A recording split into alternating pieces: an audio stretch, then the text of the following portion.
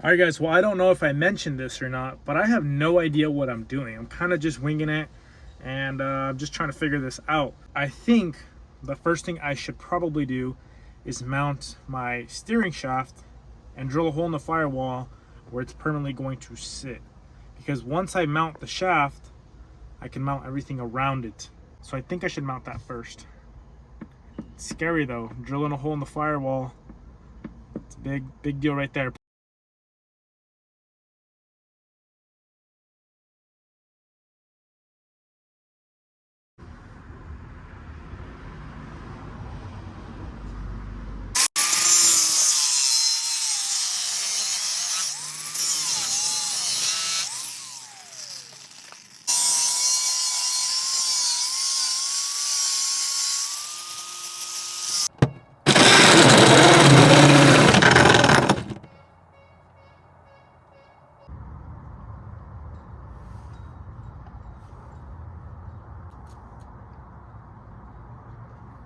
I think this is gonna work, guys.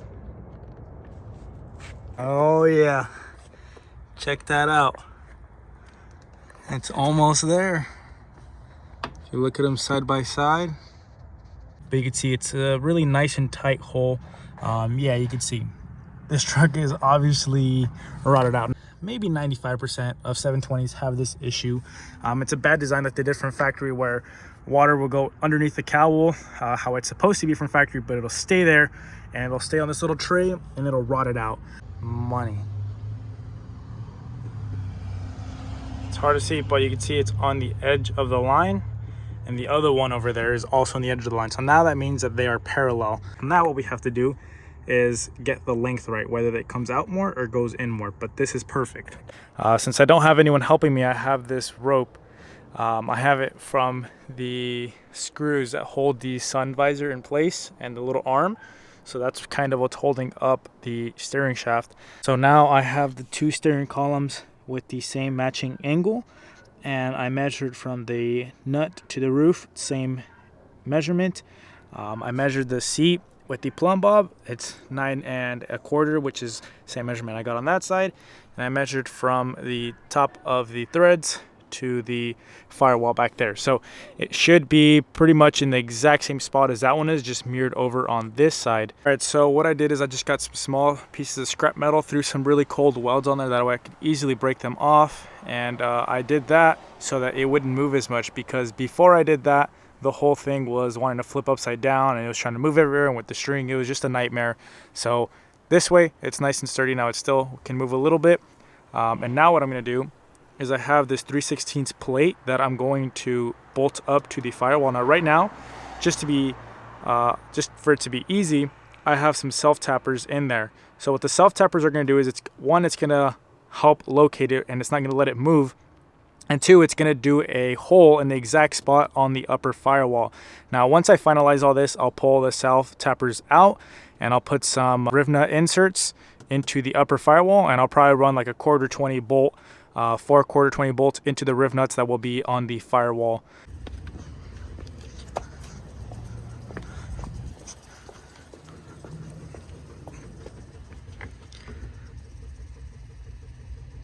Since I got the steering column all mounted up, you can see we got a nice clean hole. We got the factory piece in there. We just cut that big shield off.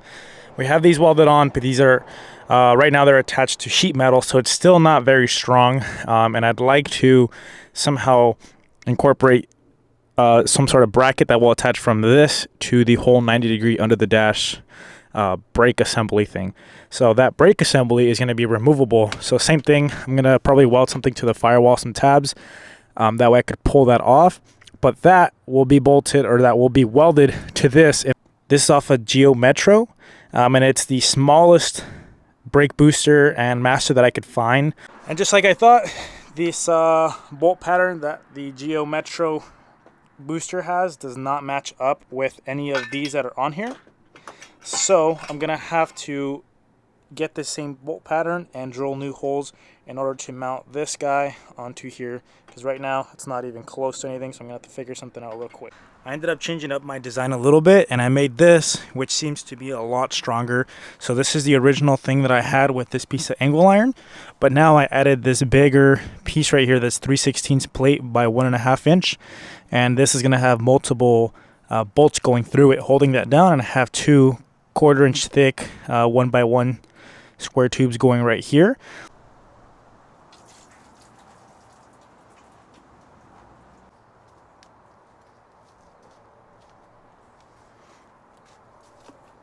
Then we got the heater core hose recirculated back here. So it comes off of this little guy right here, goes around and then goes into the block right there. One of the flaws of this little kit that the holes don't even line up with the center of that, which is not that big of a deal. So I'm going to drill a new hole, cut this one off. I'm going to put a nut and bolt on this piece of metal, and then this will thread onto here, and I'm essentially going to make my own heim joint. Because the problem that I ran into is, since I got this bracket, this is technically supposed to be on the right side. Obviously we don't have space, we have the wheel well right here. So what I ended up doing is I got this little contraption right here with an old heim joint that I had from my tilt bed. Made some little pedal, I guess you can call that. And now I'm gonna mount my brake master up here in a reverse fashion. And I'm gonna have to cut this and modify it to put it over here. It's really big and really long, and obviously it's not meant to be over here, but I'm thinking if I somehow probably bolt this up right here, make a little bracket somewhere up here, this will bolt on right there, and I could run my throttle cable through either that grommet right here or drill a new hole and mount it right here on the side like the factory would be. But yeah, I'm super excited. This looks really complicated and complex, and it is, and it took a lot of thinking to get this all to kind of work and fit and all that. But yeah, this is gonna be super cool once this is all in here. We're not gonna have anything under here, so I'm gonna have to patch all these holes. Probably gonna delete the wiper motor since I'm not gonna be running wipers, I don't think. Here's an update on the gas pedal. Now, I didn't really do too much to modify it. This upper piece, it's still the original piece. You can see where I cut it. I just cut it right there. I cut a couple pieces out of it, and then this is still the factory piece right here. Factory pedal right here. That's just tacked on right now. I'm gonna weld that up. I have all of the pedals in there, and they're all kind of in a good spot. I think what I'm gonna do now is pull everything back out, fully weld everything, paint it up, and then put it back in, because I think the next thing I'm going to be doing is running all of my lines, all my hydraulic lines.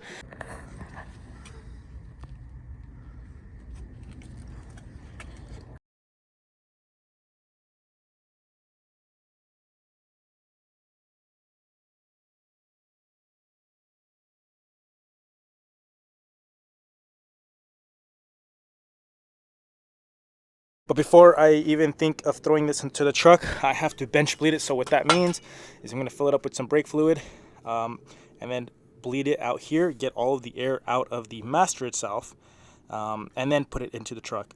Drill 3 holes. One was already there. There's a clip in there, and then the others I just drilled out to 3/8. That way I can put a grommet in there down the road, because last thing I want is these to be for my brake lines to be rubbing on a sharp edge. So that's why I'm going to be doing a grommet, and that's why I drilled the hole out bigger. For the brake line, I'm going to be using this 3/16 nickel copper line. So this is super flexible and malleable. You can see right here, I just bent that like no problem. So this should be a lot easier than what I'm running on there. This was a lot harder to bend into place, so this should be a lot easier to get these tight radiuses right here.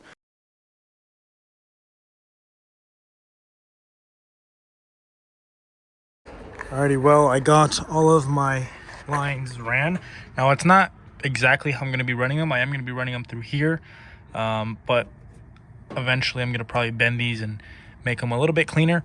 But once again, this is what I like about the nickel copper, is that it is super malleable, so you can move it wherever you want. If I wanted to, I could probably even bend this down and have this tucked behind those and make it all nice, which I might do, but right now, like I said, I'm gonna rip everything back out. I might even pull the engine back out. That way, when I go back to plug up all of these holes, I could repaint all of this, repaint the whole entire engine bay, since I was rubbing here from my tire from being really low. Obviously, I got to address that. Put everything back on, plumb everything, and fingers crossed, hopefully bleed this whole system out, and that means we're just that much closer to driving the truck. So well, I got the throttle cable somewhat hooked up, still a little